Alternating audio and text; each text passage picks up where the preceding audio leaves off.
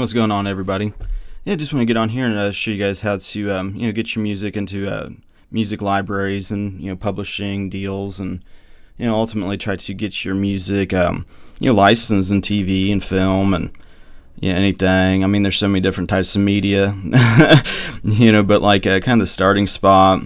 You could do it independently through like your website, and there's different kind of third party ways to do that, but before you really kind of get into doing that, it's kind of a good idea to get your music in publishing, especially if you go non-exclusive on some of these deals. Then you can still license it independently if you wanted to do that, or go exclusively with these publishing people. They really focus on getting the clients, the people, because they got so much music to choose from. So they're kind of like the one-stop shop for a lot of these media people.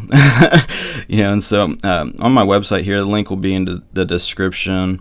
I ended up getting a bunch of these different publishing and music libraries, just their submission pages, because a lot of the ways that you start getting your music into these catalogs, these libraries and stuff like that, is you get like apply basically, and so a lot of times they have some sort of a link on their website somewhere to for composers, producers, and stuff like that.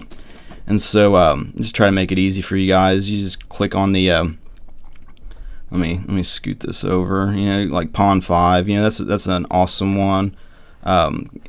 Kind of getting flooded with music, but there's so much opportunity. This is like an abundant time to be in music.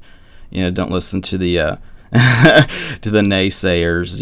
A lot of the old system, like the major label model and stuff like that, is trash, and it's a really good time to be independent or indie or whatever kind of label. I try not to even label myself. It's like, but whatever, I don't want to get on a tangent about it. But like you just click like upon this Pond 5 link, and all these are affiliate links. So just if you don't want to do that, you can figure out these things for yourself. But like you just kind of go through and then start getting set up. And then besides that, kind of the bigger question is like, okay, well, is my music going to do good on there? And there's a kind of a resource I like to use called the Music Library Report.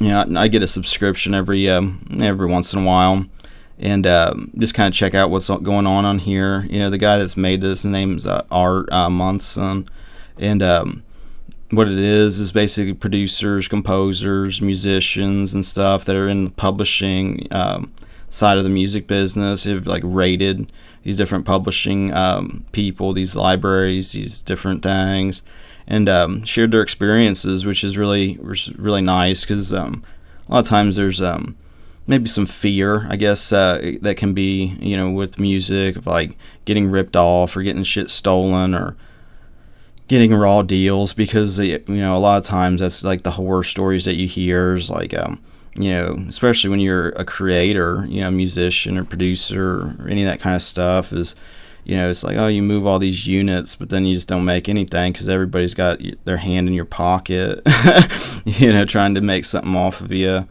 But like with this kind of a resource, you can kind of do your own research and see which is going to be a good fit for you, because really kind of just depends on what you're making. If you're making like hip hop, and or any of these different genres, they do different with different publishing people, because they have different niches that they're trying to target.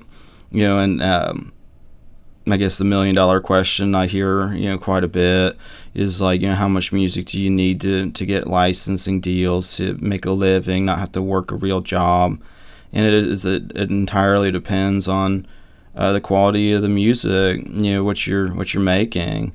And so when you go to like some of these different publishing people, there's different like quality standards and stuff like that, and you almost want to get into some of them that are a little bit more challenging to get your music approved through their review processes and stuff, just because then they try to license it for better placements that kind of result in more money.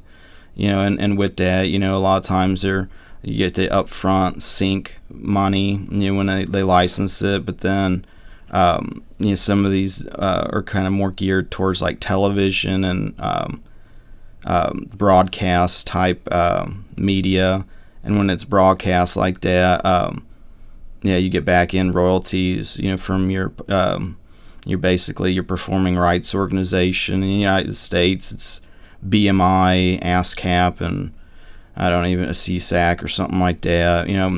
I'm a member of BMI, and it was free to do it. And so I highly recommend, if you're getting into licensing to join a pro, whatever one's in your country, wherever you're listening to this, you got one. And what they do is they just collect the royalties and then they distribute them, to you. And it happens like quarterly. And other than that, I just wanted to share that kind of resource with you guys.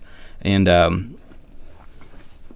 didn't have much more to do. And so other than that, I appreciate you guys liking, sharing, subscribing, telling your friends, and try it for yourself. Get on some of these publishing things. And so many times, got like hard drives filled with like music that's not really, a lot of times instrumental music, or just kind of more simple ideas and stuff. A lot of times that works really well with visuals, and that's kind of what publishing and licensing kind of does. It kind of creates a vibe, then that vibe is what people kind of like to use it for media for. So other than that, thanks everybody for listening, and have a good rest of your day, and God bless.